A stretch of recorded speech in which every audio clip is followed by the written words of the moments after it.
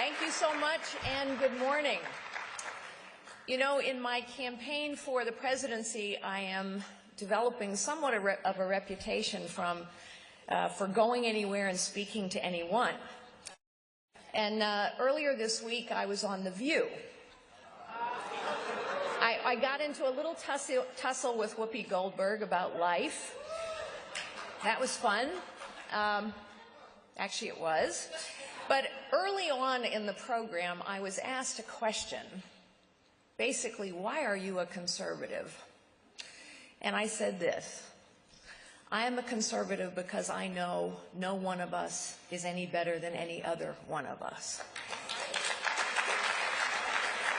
All of us have God-given gifts. Each of us has the capacity and the desire to live a life of dignity and purpose and meaning, and our values, our principles, and our policies work better to lift everyone up.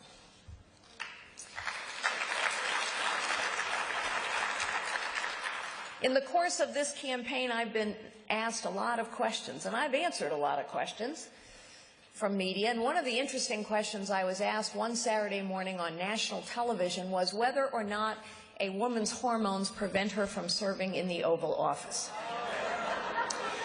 So, ladies, I'm going to ask you a little question here. It's a quiz.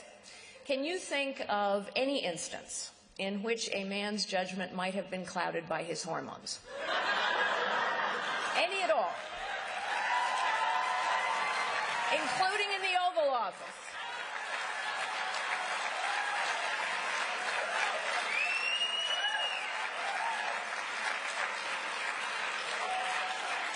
Hillary Clinton must not be president of these United States, but not because she is a woman. Hillary Clinton must not be president of these United States because she is not trustworthy, because she lacks a track record of leadership, and because her policies are bad for the people of this nation.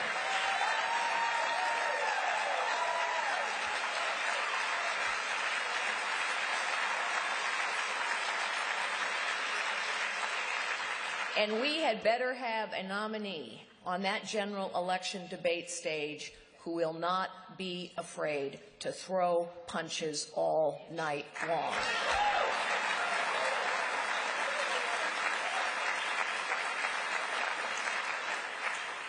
When I was a little girl, one Sunday morning, my mother looked at me and said, "What you are is God's gift to you. What you make of yourself is your gift to God."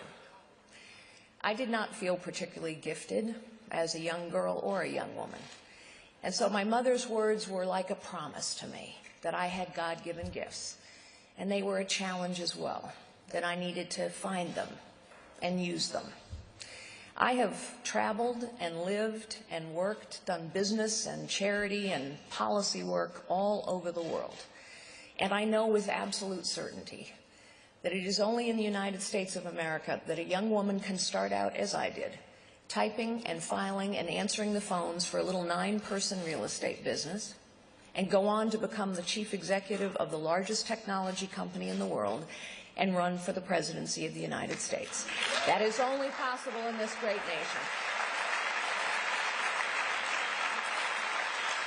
And it's possible, I think, because our founders knew what my mother taught me. Our founders knew that everyone has God-given gifts. Our founders knew that everyone has potential. I have learned over and over and over in my life that indeed everyone does have God-given gifts and potential, usually far more than they realize.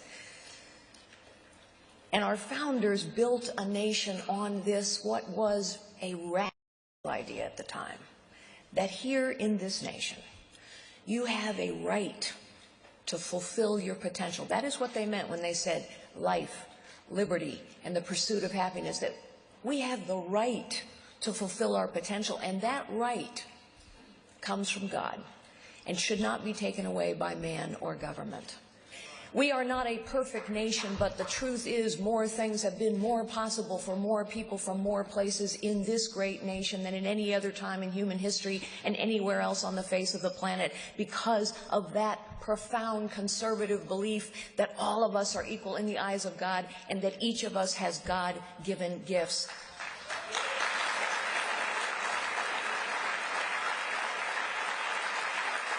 You see, honestly, I think that is one of the fights we have to have in this 2016 election. I do not think progressives share our belief in the gifts and the dignity of each and every human life. Remember when the head of the Chicago Public Teachers Union said this? They were striking. The issue, of course, was accountability in the classroom. And the head of the teachers union in Chicago said, and I am quoting, "We cannot be held accountable for the performance of students in our classroom because too many of them are poor and come from broken families." What was she saying? That if you're poor and you come from a broken family, you can't learn. You don't have God-given gifts. Ladies and gentlemen, that is not what we believe. But progressives believe some are smarter than others, some are better than others, and some are going to take care of others. This is the battle that we must have to restore people's understanding of what conservatism truly means and how important faith really is in this nation.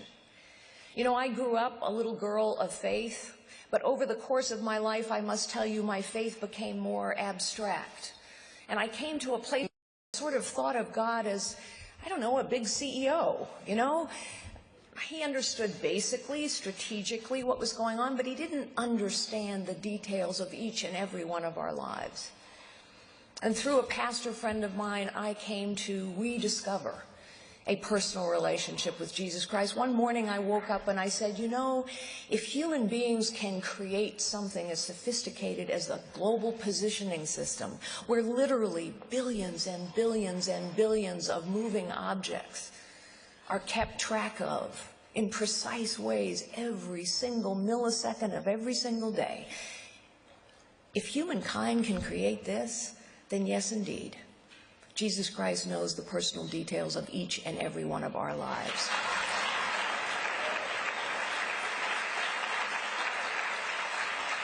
And that personal relationship with Christ would carry me through a long and difficult battle with cancer. And I came to know that there are blessings in all passages. And the blessing in that long passage was that I came to learn that life is not measured in time. Life is measured in love and moments of grace and positive contribution. And when my husband Frank and I, who was here, he and I have been married for 30 years, when we went through the tragedy of the loss of our younger daughter, Lori, to the demons of addiction, that personal relationship with Jesus Christ saved us again. And I learned in that terrible passage that all we control in life is our own choices. A choice, first and foremost, of how to use our God-given gifts.